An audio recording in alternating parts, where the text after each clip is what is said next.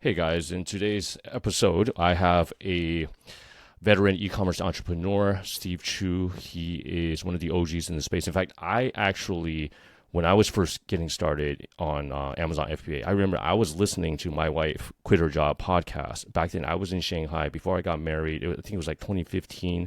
And then, Steve, you were doing like a live webinar. And then, I was typing, you guys like were asking, where are you guys calling in from? And I was like, Gary in Shanghai. And then Steve shouted out, oh, welcome, Gary in Shanghai. So I like, I don't think remember that's that. like when I first got connected to you. Steve today, I mean, he's a multiple seven-figure e-commerce entrepreneur. He's gonna open the playbook, all the cool AI stuff, all the AI tools, automations that he's running, and he's also gonna talk a little bit about how he finds, as an entrepreneur and a father, balancing, work and personal life. So, welcome, Steve. How's it going, man? Thanks for having me, Gary. Happy to be here. Yeah, it's great to have you. So as I mentioned, I've been following you, Steve, for a long time. With your My Wife Quit Her Job, the blog, and I know your YouTube channel is very popular. You have a podcast, an online store. So basically, Steve is based in California. He's a father, blogger, online store owner, multiple seven-figure online store owner. He does e-commerce sales mainly off of Amazon, and he's also a podcaster. He's doing a lot of stuff, cool stuff with AI. So I wanted to get him on to kind of share about that. So to kick things off, Steve, what's like your philosophy with AI? What's like the main thing that you're aiming at in terms of doing that? Yeah, to be straight up, I like AI to actually replace like human staff. I know that sounds terrible, and I've been getting a lot of flack for actually saying that online, but I just love automation and everything's just kind of more deterministic. And that's what I like. I like things to be predictable. One thing about just having employees and whatnot is, people come and go and whatnot. But the less employees that you can have and the more automation you have, the happier you'll be and the easier it is to run any business. Yeah, I think that's totally true. I mean, I've been having struggles with certain employees and, throughout the years. So like what does your team look like now? I mean, with AI, like have you fired everybody or No, how's no, that no, going? no. Yeah. We've always been lean. What's nice, I used to just code up my own stuff, like my own software to automate things. Now with AI, it's just so much easier. But my Hmm. team is quite small. It's really just on the online store side, we have three people, and that's mainly just fulfillment, sewing, and that sort of thing. And for my wife quit her job, like the blog, the podcast, YouTube channel, all that, it's just me and one VA. That's it. Okay. Can you just tell us a little bit more about your ecom business for sellers just meeting you the first time? Like, what are you doing, and how does that look like? Hmm. Yeah, so the site is over at bumblebeelinens.com. We sell handkerchiefs and linens for special occasions. Our bread and butter is our personalized stuff. So we have a whole bunch of embroidery machines that are running nonstop to stitch, like the bride, groom, wedding date. We do baptisms, funerals, and that sort of thing. And we also got into digital printing recently. So we can print practically any design and any linen that we create. And the goal of that, this is kind of like a shift we've done the last couple of years. The goal is to hold less SKUs and to have a lot of SKUs but less physical product. And designing, print stuff as well as embroidery allows us to do that. Interesting. So, are you like printing stuff to order? Yes, we've always done that. Mm. Yeah. Mm. So, you're doing that? Are you doing it in the U.S.? Yes, we have a warehouse in San Jose, California. Excellent, excellent. Okay. Yeah, we purchased And then, that in January of mhm, 2023. mhm.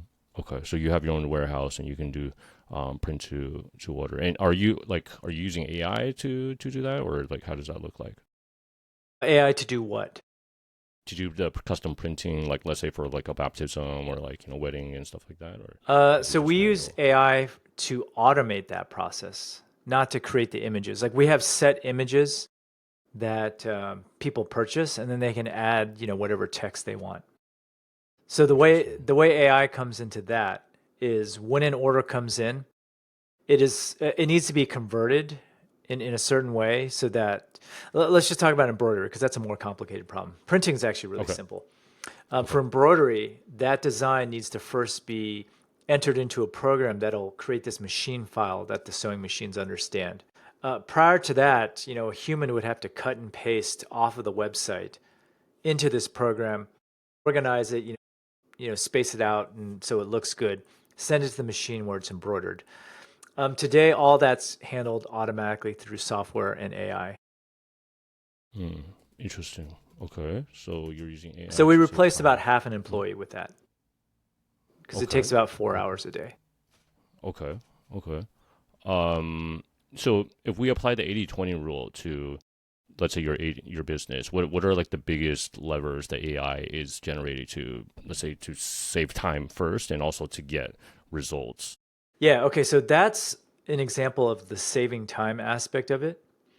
To gain sales, here are three things that we've done actually that Hmm. have really moved the needle. Hmm. So on-site search on our site used to be pretty bad. Most people shop on mobile these days, and so usually the first thing that they go to is the search bar, similar to Amazon, right? No one goes through like all the categories and browses on Amazon. Same with our store. The problem with solving that problem is most on-site search out of the box requires people to spell things correctly. It doesn't account for synonyms, sayings, and all that stuff. So when I ran the data, I noticed that I can't remember the exact number, but it was something close to 60% of searches returned zero results. And that's really bad because 80 something percent of those people who don't get a search result leave the store. So the first problem I wanted to solve was to have AI return an accurate reading in the event that someone spelled something wrong, someone typed in a whole sentence. Some people use emojis.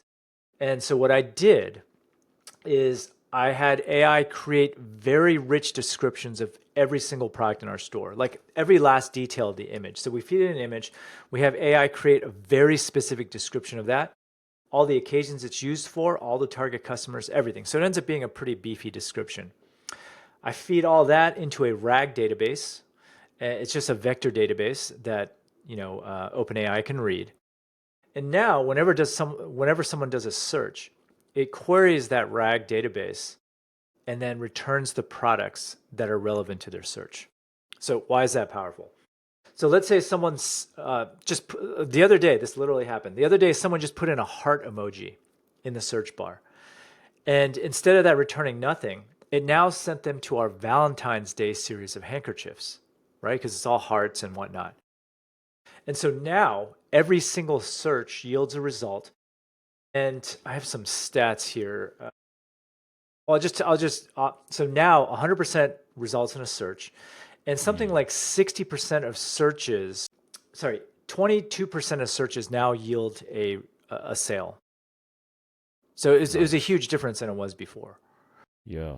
Yeah. So previously you said when people went on your site to search, 60% of the searches return zero Like and results, right? 80% But of but those now people bail. Yes. 80% bounce. So that's Right. bad, right? So Correct. like 80% of the 60% they bounce. I don't know what that is, like maybe like 48% or Yeah. something It they was bad. bounce. But It was bad. yeah, Yeah. that's really bad. But now with Yeah. AI, like you created the rich descriptions, you fed it into like the database, and then Correct. every single searches are, regardless if it's a typo or even like an emoji, you get something, right? And you're Correct. You get something that's yeah, very relevant actually.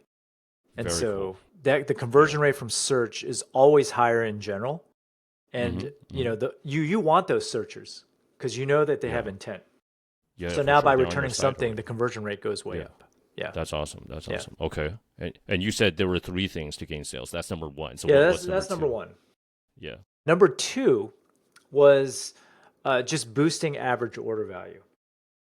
Previously in our store, you know how Amazon has like frequently bought with and whatnot? Mm-hmm. Mm-hmm. I had that in my store, and it was based on, when products are purchased with each other. And it works like it should. The problem was, and you always talk about 80/20, I know in your newsletter, right? 20% of our products generate 80% of the revenue. So what that meant was that there's a whole bunch of products in our store that didn't have this frequently bought with data, right? So it wasn't showing up, and it's hard to boost average order value on those items. Plus, it's hard to find those items too. So in our store, we have almost 1,000 products at this point, which is a lot, right? Sometimes when you launch something, if it doesn't have any frequently bought with or any of that stuff, it kind of gets buried, right? So what we did, and you know, you can manually group products together, but when you have like 1,000 products, it's extremely tedious and it's impossible to maintain also. Like if a product goes out of stock or whatnot, you have to update the database. It just wasn't a good solution. So instead, what I did was I used AI to create a vector representation of every single image of every product we have in our store to create what is called a similarity database. Okay, so now if there's a product that doesn't have any sales whatsoever, it still has frequently bought with products that visually look similar to that product. Could you give an example of that? Yes. Uh, okay, let me think of something in our store. So we have these floral handkerchiefs that, let's say they're like, they have red roses on them. All right. So now, let's say this is a brand new product that has no sales history whatsoever. Now, under the frequently bought with, we have other handkerchiefs with red roses automatically populated on it. And I actually just checked on this stat this morning. The AOV since I've done this has gone up 17% as a result. Because you're showing people items that are frequently, that look exactly what they're looking at. And so they'll add it to the cart. Now, we actually do a two-prong system. So if there is sales data, we'll show what's frequently bought with based on sales data. But then, like, if there's not enough of those, then we fill them in with the AI similarity index. Interesting. So you're using AI to suggest frequently bought together, like visually Correct. similar Correct. type of items. Correct. Okay. It works super well, actually. I was actually surprised. And not only that, so now we have frequently bought, we have the similar items that are below, kind of like, I pretty much copied Amazon, actually. They have products that are similar. And then when you hit add to cart, there's a pop-up that follows the same algorithm, and on the shopping cart page as well. And then during checkout too, like as they're browsing, there's a recommended list right beneath the product list in checkout that they can just click and add something to the cart. Very cool. So the combination of all those, yeah. Yeah. Okay.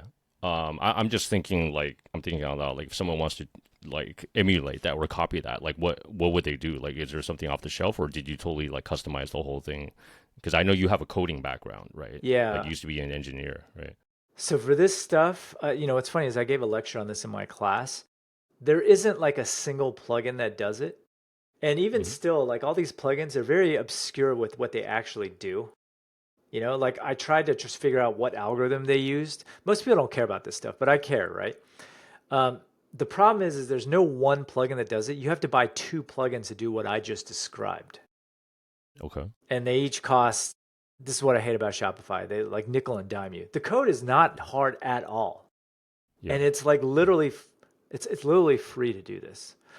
The search, there's a whole bunch of plugins that do it also.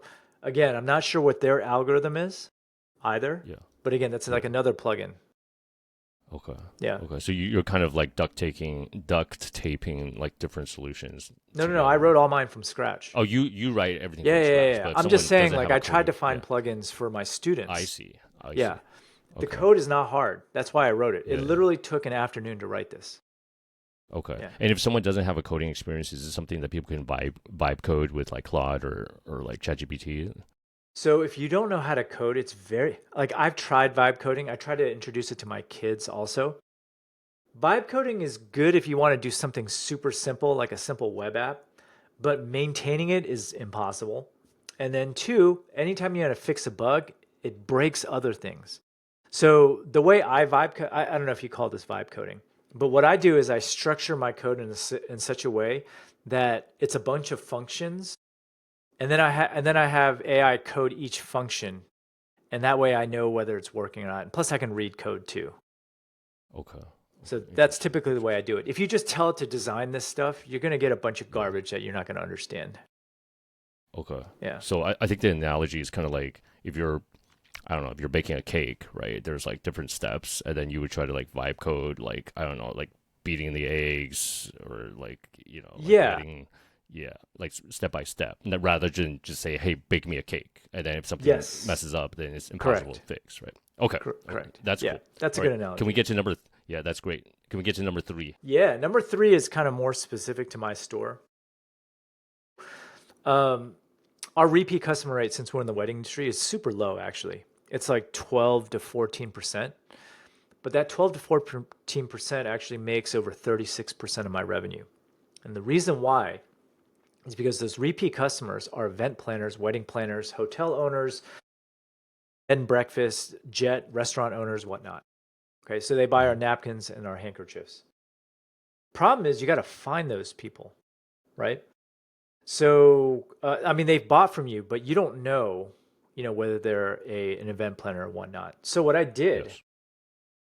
is I literally fed in my entire database of orders, how often they've purchased, what they've personalized, and everything. And then I had AI. Um, I feed all that into AI along with like the Google API. So it'll Mm-hmm. Google them on LinkedIn and Mm-hmm. then have AI tell me whether they're an event planner with a probability of I have it give me a number from 0 to 100 on how close it thinks it is to an event planner or someone who will buy in Mm-hmm. bulk. Mm-hmm. Mm-hmm. And what we do with those people is we call them. Okay. Mm-hmm. Prior to this, we were doing all this by hand. And whenever you have to do something by hand, and we get a lot of orders, right? Whenever you have to do something by hand, it kind of gets swept under the rug. Now, like we literally just take anything that has a probability of 50% or higher, and we just kind of eyeball them and we just call them. And whenever you find an event planner, you just say, hey, we noticed you bought a lot. If you want to, here's a coupon code, here's a dedicated rep that will handle all of your orders by hand. And then all of a sudden we have a big customer for life. Awesome. Awesome. Yeah. I love that. So with the AI, the LLM, like what are you using to kind of like analyze that list Yeah, I'm to just try to using find out like OpenAI, the okay, API for OpenAI. okay. So the beauty Yeah. of all that is in the prompt. So it takes a couple of iterations, but literally I feed in all the order data. So here's something that's really cool. Like this, we wouldn't probably never have found this one event planner, but we just noticed that they just kept placing orders of 5 handkerchiefs like every couple of months apart. But what AI noticed was that each time they bought handkerchiefs, it was a different name being personalized. And so based on that, AI determined that it was an event planner, Mm, right? And it turned out to be a wedding mm, planner. Yeah. that's smart. And again, That's these are smart. all So you're things that there's just too mm, much data for you to look through. So it's easier yeah. just throw it over to AI and have them figure it out. Yeah, yeah, that's smart. That's smart. I mean, Another occasion, AI, mhm. we always have it Google the person also. Another occasion, the LinkedIn profile came up and said that they worked at a restaurant, right? Mhm. So clearly that was a buyer for a restaurant. Mhm. Nice, nice. Okay, cool, cool. Are you using any like off-the-shelf tools like AI? I mean, besides doing it yourself, like there's like Lindy AI and there's others. Like any certain tools that you recommend for You know what's for funny is, so I teach a yeah, class over at profitableonlinestore.com. And for the yeah, students who can't code, I was trying to do everything in make.com, yeah, just so I could give them something that they could use, with yeah, their store. yeah. Problem is like make.com like slows me down like, 50%, right? Because you got to click all these little boxes and Yeah. drag things. Yes. And Yes. whereas if I just type, like I can pump out something in like 2 seconds. So Okay. out of my own efficiency, I stopped doing that. You stopped doing that. Yeah. Okay. So what would you recommend to people that can't code? Like learn to code or what? Like Well, I have mean, yeah. that's obviously not always going to be in the cards. You don't just tell someone to learn how to code, right? Yeah. Yeah. I would say, like, if you can't, use Make or N8N. Yeah. And if you want to Hmm. try vibe coding, okay, there are different levels of vibe coding, right? Because I did all this research with my son. Like, Okay. if you just How old want is like your son? my son's in high school. Yeah. If you just want to develop something like on the front end, like a simple web app, like Hmm. Lovable is a good solution. But if anything of substance for a web app that requires a database or whatnot, I would recommend people use Replit. Replit. Okay. Yeah. This is assuming you Hmm. want to learn how to code. If you don't want to learn how to code and you want Hmm. something graphical, yeah, N8N and Make are probably the best bets. Yeah. I don't have a coding background, and I've been trying to use Make, and I'm making like gradual progress. But you're right. There's like all these arrows and like the things you got to drag around, and if like something breaks, you have to like go back into it. So it's really it's really time intensive. Um, It's time intensive, but yeah, once it works, right? I mean, yeah, yeah. yeah. Okay. Cool, cool. Like I wanted anything else about AI that you like to recommend e-com store owners like to other big recommendations before Yeah, so if we you have move your own forward? store, Shopify actually has AI built in now. So designing the actual website is pretty easy. Like if you want a block, you can just describe what it is and it'll make the block for you. It makes Yeah. things a lot easier. Okay. Anything to do with product descriptions, meta descriptions, anything to do with SEO, it makes life a lot easier. Like in order to do that search function that I told you about, I had to Yeah. rewrite the product descriptions for almost 1,000 products. I would not have been able to do that without AI, or I would have killed Mm. myself before that happened. Yeah. Yeah, Okay. Okay. That's a huge win. but yeah, huge 1,000 win. product descriptions written using Yeah. AI. And were they good, or did you have to go back and iterate, a few Well, times? you have to iterate on the prompt, right? Okay. Because you Okay. need it to be as descriptive as possible. You need to talk about all the occasions that it can be used for, all the possible target customers, and it takes a couple of iterations to get the prompt right. Mm, Yeah. interesting. Interesting. Okay, cool. I wanted to quickly shift gears a little bit because Steve, I know that you wrote the Family First Entrepreneur, like you wrote the book about that, and kind of having work-life balance. And I'm a dad as well, and my son's in elementary. He just started first day elementary yesterday. I'm trying to get him to like do junior coding, Scratch Junior. So like we're way on the other end of the spectrum. I think with your kids in high school going to college. So I mean, what's your philosophy? Like, first off, being an entrepreneur, being a dad, right, being a business owner, to kind of, find, what, to manage this and to be a good dad, like high level. Yeah, so it's a struggle. One of the things I talk about in the book is the four burners theory. Have you heard about the four burners theory? I have, Okay, but please but do for share the more for audience who people listening. doesn't Hmm. know, Hmm. uh, your life is composed of four burners. So friends, um, family, health, and work, right? And the idea here is you can't have all four burners on at once. Okay, you have to like if you want to excel in work, you got to turn one of your burners off. And if you want to really excel at work, you got to turn more than one off and sacrifice something. Basically, you can't have it all. So the way I live my life is the family burner is the highest burner, followed by health, followed by work. And I know that just kind of sounds really straightforward to say that, but I feel like it's a struggle for me to not Hmm. spend more time at work. Mm. So Mm. you really just have to make a conscious effort to realize that you have to make sacrifices. So if I sacrifice anything, it's usually my friends.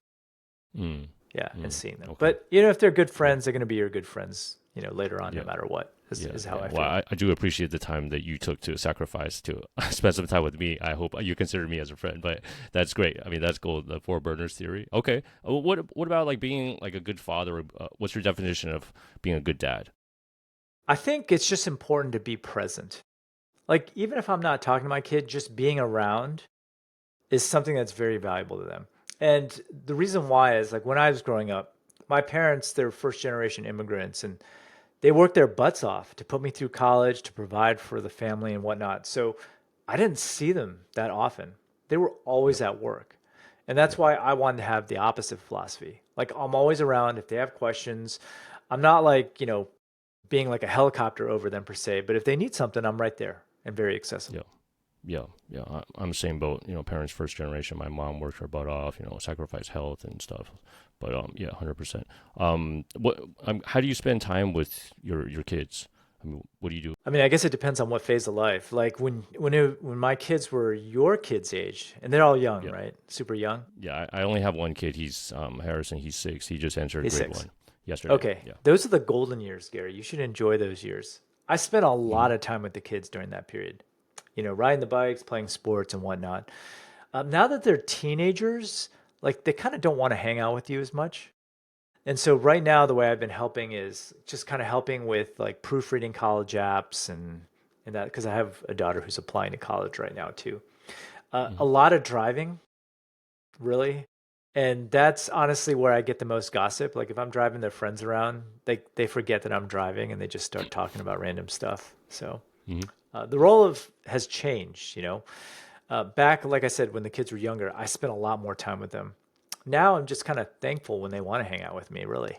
Yeah, So, that makes sense. yeah. Yeah, I remember I was the same once I was a teenager. I didn't want to spend time with my dad anymore. But okay. What about like what's like with AI? Like I know you can't turn back the clock, obviously, because I'm trying to get my son like exposed to AI. Like like for example, we're doing story time, right? So he has his favorite stuffed animal character, Pickles the Frog. So like we're telling a story and then we're feeding it into ChatGPT to create like images, right? So we're creating like a storybook, and it's doing kind of like a cheesy but cute variation of that. Like, do you? I mean, what would you do, like in terms of helping like a child safely learn how to use AI at that stage?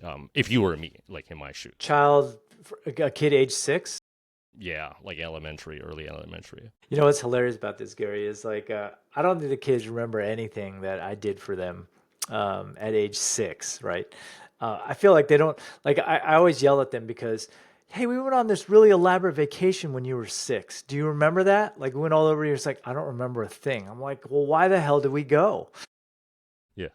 So I mean, honestly, right now when they're 6, you just want to get them interested in stuff. So you can Okay. show them, like have them watch you do it, and if they're interested in it, then by all means, but supervise all that. Yeah. Yeah. Okay. Excellent. Um, and to close out, like I'm always about, that saying, a wise man learns, like a smart man learns from his mistakes. A wise man learns from mistakes of others. What's like the biggest mistake that you've made, like let's say with, family parenting that I can and listeners can learn from?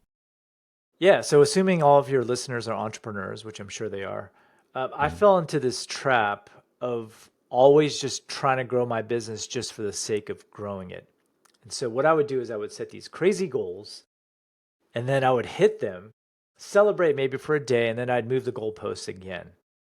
And then meanwhile, like I'm a pretty cheap guy. I don't spend that much money. So here I was like busting my butt and like really, turning on the burners for work, like really heavy. When in fact I didn't need the money and I was just miserable because of it. And so I would say the biggest mistake that I made was not remembering why I started the businesses in the first place. So if you're like an entrepreneur right now, you should try to figure out like what is your satisfaction point. Now, that goalpost is still going to keep moving just because, we always want to grow, but at some point you need to realize that you have enough and you should reallocate the time to things that are the most important for you. And 9 times out of 10 that's not money. Yeah, that's golden advice. Okay, excellent. So can we close out with the lightning round, some rapid fire questions? Okay, Steve, on a personal level, what do you do to stay ahead? Always studying. You know what I love about AI is it gives me the freedom to ask dumb questions. Like if I was getting help from a friend, there's a lot of questions I wouldn't ask because I wouldn't want to feel stupid. But with AI, I can ask everything. And so I've learned a ton just because of AI. Can So you give an everyone should play example of around. something you're studying? Well, right now I'm actually studying how to create a chatbot for the site for my store. This has taken a lot Mm-hmm. longer because it actually has to interface with humans and in a conversational way. But I've learned so much about like different software packages. Like I didn't know like half the acronyms. So again, like if I didn't know like an acronym, I may or may not ask my friend. I might just nod. But with AI, I Yeah, ask every little detailed question about everything. yeah, Yeah. yeah. That's gold. All right, what's favorite podcast or book you'd recommend besides your own, obviously? Uh, Cialdini, Psychology of Persuasion, my number one Mm. book. Mm-hmm. Podcasts, I don't really listen to as many podcasts these days, but Okay, okay. there's a couple I like. That's I like My First Million, just because those guys are hilarious. yeah, yeah, yeah. Those I guys are like awesome. Lex My first. Friedman, Joe Rogan, the standard ones. Yeah. Okay. Excellent. And if we were to apply the 80/20 rule to kind of distill down everything we covered today, what would be the number one recommendation to entrepreneurs and family people watching out there? Yeah, I would say that you should just take some time to think about what you do every day and figure out what you can automate and then try to do that. All right, Steve. For people that want to connect with you, what's the best way to connect? Yeah, so I run an annual e-commerce conference. I've run this for the past 9 years. This year is going to be year 10. It's called the Seller Summit. You can find that over at sellersummit.com. If you're interested in learning how to sell in your own online store, I offer a free mini course that can be found over at mywifequitherjob.com. I'm also on YouTube and I have a podcast. It's all the same name, My Wife Quit Her Job. All right, Steve, thank you so much. Highly recommend you guys follow Steve on his YouTube channel and the podcast, and check out, if you want to learn, what Steve is doing, definitely check out his online store, mywifequitherjob.com. And I have never been to your event. I've been out of the US for many years, for like decades. I hope to join sometime. When is Seller Summit, by the way, for people? Yeah. The next one is April 21st to the 23rd of 2026. So it's a little ways away. Okay. And it's in Florida, right? It's in Fort Lauderdale, Florida. Right now, actually, it's the cheapest the tickets will ever be also. Like, we raise the price typically every month starting in October. Okay. Excellent. We'll link it up below in the show notes for people to check it out. All right. Thanks again, Steve. Super thankful for all the gold and value you shared today, and good luck with your kids and college apps for your daughter. Keep us posted on that. Thanks everybody for joining us. We'll see you at the next session. Bye everybody.